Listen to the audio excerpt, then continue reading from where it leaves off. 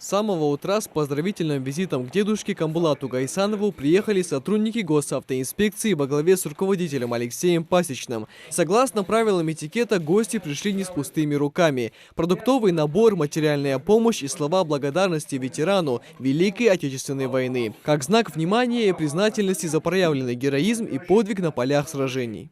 Вам только здоровья, больше ничего желать не буду. Долгих лет, обязательно и здоровья. Больше. Спасибо вам большое за то, что стояли, за то, что спасли. Даже сейчас, в свои 98 лет, Камбулат Гайсанов не оставляет сомнений в своей боеспособности. Стать и выдержка, присущие настоящему воину-горцу. И даже чувство юмора у дедушки не изменилось. Ушедший на войну 16-летним подростком, он попал в партизанский отряд, участвовал в ожесточенной битве за Малгобек. Многочисленные ордена и медали на кителе ветерана, отражение боевого пути в кровопролитной борьбе с фашистским злом. События тех страшных лет он помнит детально. Весь ингуши, старики, девушки, молодежь противотанковые рвой копали ручную.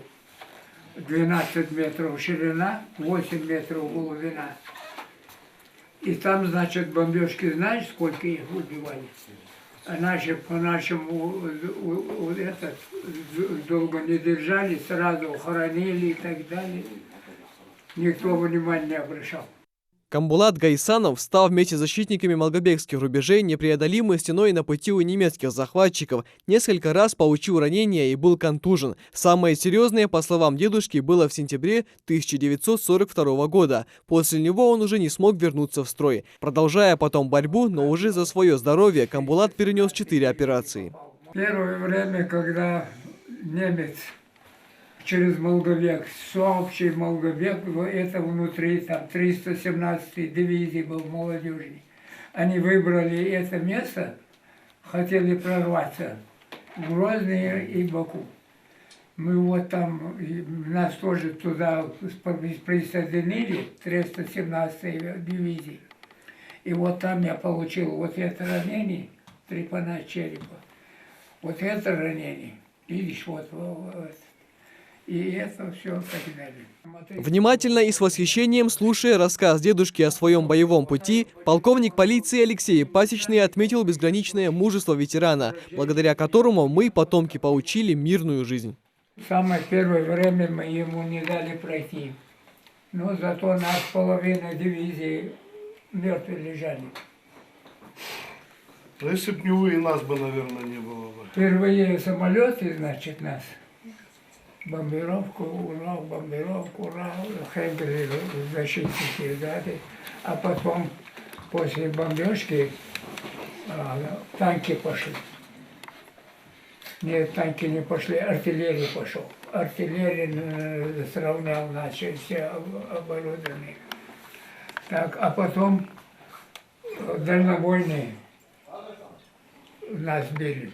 Перед уходом сотрудники госавтоинспекции захотели сделать памятное фото с ветераном. На что дедушка согласился и отметил, что провожать гостей без головного убора неприемлемо. Алексей Пасечный выразил надежду увидеть Камбулата Гайсанова в ближайшее время уже у себя в гостях. По словам начальника управления, навещать героев и патриотов Родины – святая обязанность каждого.